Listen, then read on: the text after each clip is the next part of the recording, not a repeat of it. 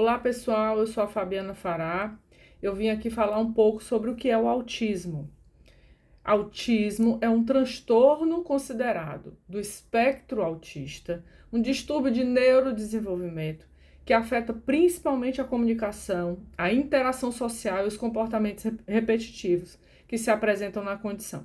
Esse espectro ele é amplo, varia de nível de suporte de 1 a 3, considerado do leve ao mais severo, o que significa que pessoas autistas podem apresentar diferentes comprometimentos. O TEA, como é chamado o transtorno do espectro autista, ele inclui condições antigamente chamadas como síndrome de Asperger ou autismo clássico, que eram os níveis de suporte mais leves. Algumas características do autismo que a gente pode falar geralmente se manifesta nos primeiros anos de vida e pode variar bastante de indivíduo para indivíduo, mesmo eles tendo o mesmo nível de suporte. Entretanto, algumas características muito comuns incluem a dificuldade na comunicação social, quando as crianças, adolescentes ou adultos com TEA podem ter uma dificuldade de manter uma conversa, de socializar, de entender expressões faciais ou gestos, ou mesmo iniciar e manter interações com as outras pessoas.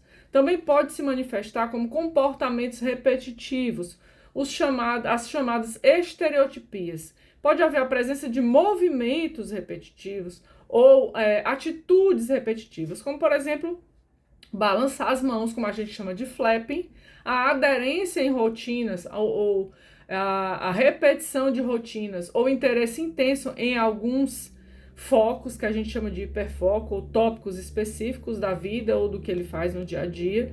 Também é possível aparecer no autista a hipossensibilidade ou a hipersensibilidade sensorial. O que é isso? A hipossensibilidade é quando tem uma diminuição na sensibilidade. Ela pode ser auditiva, tátil, olfativa, pode compor várias partes sensoriais do autista. Muitas pessoas com autismo, elas apresentam uma sensibilidade aumentada, que seria a hipersensibilidade, ou a reduzida, que seria a hipossensibilidade. Isso pode acontecer com estímulos de som, de luz, de textura, de toque, de várias situações. A quantidade de pessoas em volta, tudo isso pode ocasionar uma crise no autista por causa da hipo ou da hipersensibilidade.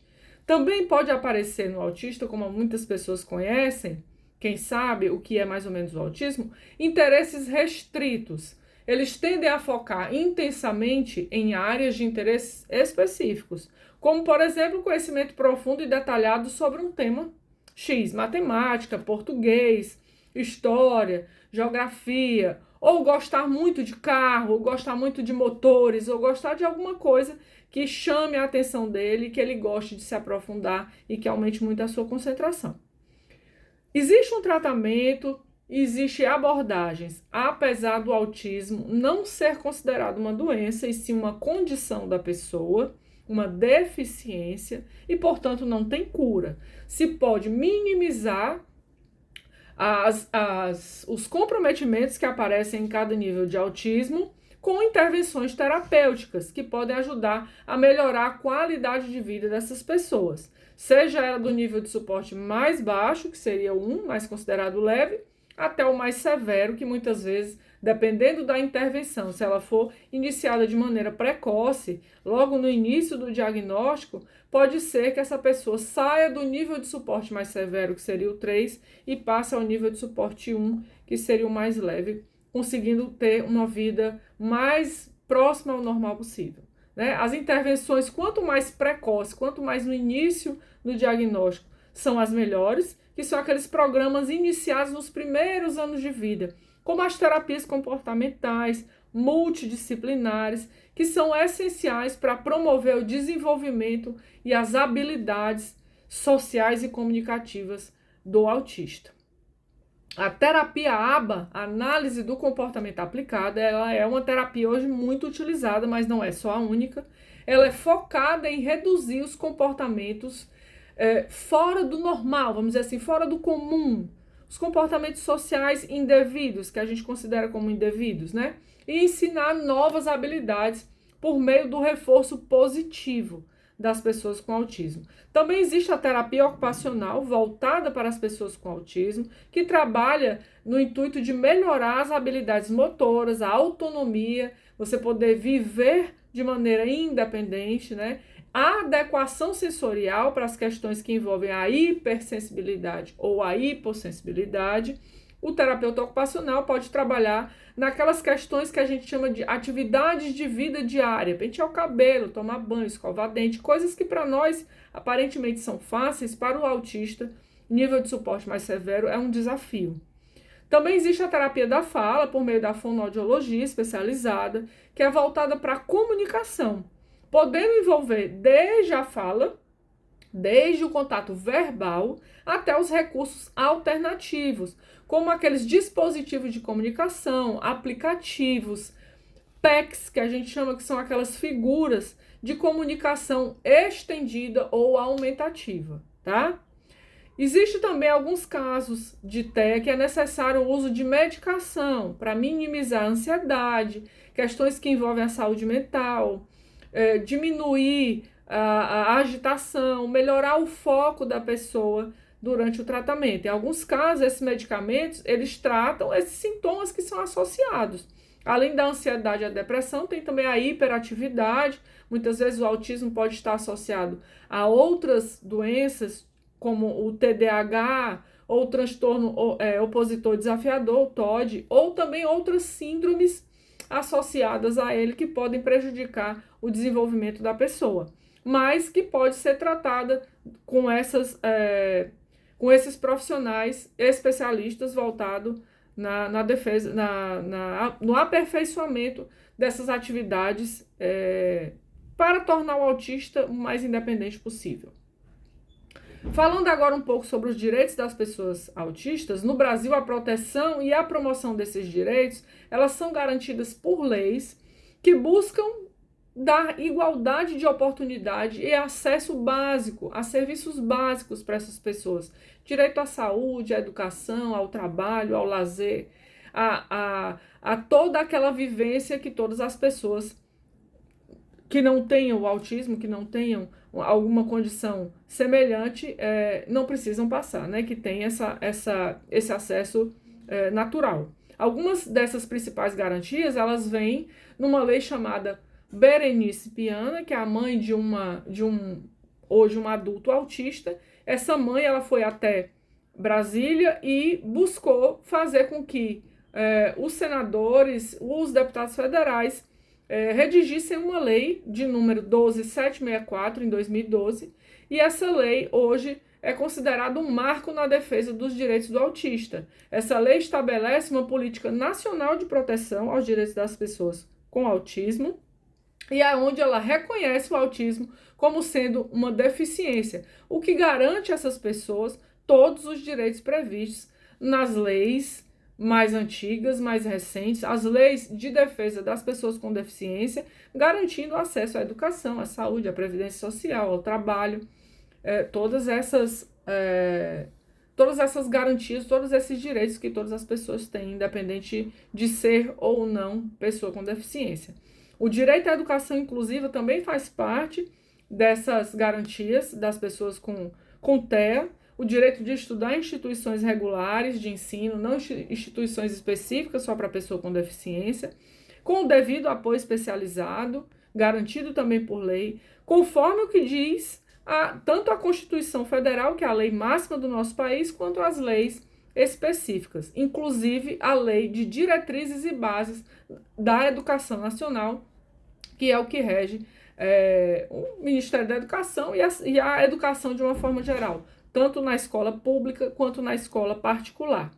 Existe também o direito ao autista de atendimento preferencial.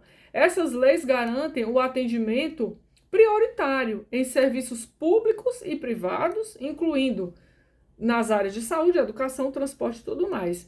Um detalhe: atendimento prioritário não é atendimento privilegiado, não é um privilégio, é uma prioridade. É um direito de ser atendido com antecipação, justamente por causa das comorbidade, das circunstâncias, das condições em que o autista está apresentando. Ele não consegue ficar muito tempo numa fila, ele não consegue ficar perto de pessoas onde tem muito barulho. Então, ele pode sim ser atendido de maneira prioritária. Com relação à saúde, a lei Berenice Piano, ela também garante que os planos de saúde incluam as terapias permitidas para o desenvolvimento da pessoa com autismo, incluindo todas essas que eu falei, terapias comportamentais, fonoaudiológicas, psicológicas, psicopedagógicas e todas as demais que forem necessárias. Não só os planos de saúde, mas o Sistema Único de Saúde também tem a obrigação de fornecer esse tratamento. Os benefícios assistenciais, que são aquelas garantias financeiras, aquelas ajudas de dinheiro, né, que a gente muitas vezes ouve as pessoas falar como uma aposentadoria. A pessoa com autismo, ela pode ter direito de um benefício chamado benefício da prestação continuada, que garante um salário mínimo todo mês para as pessoas que têm deficiência. E isso inclui as pessoas com transtorno do espectro autista.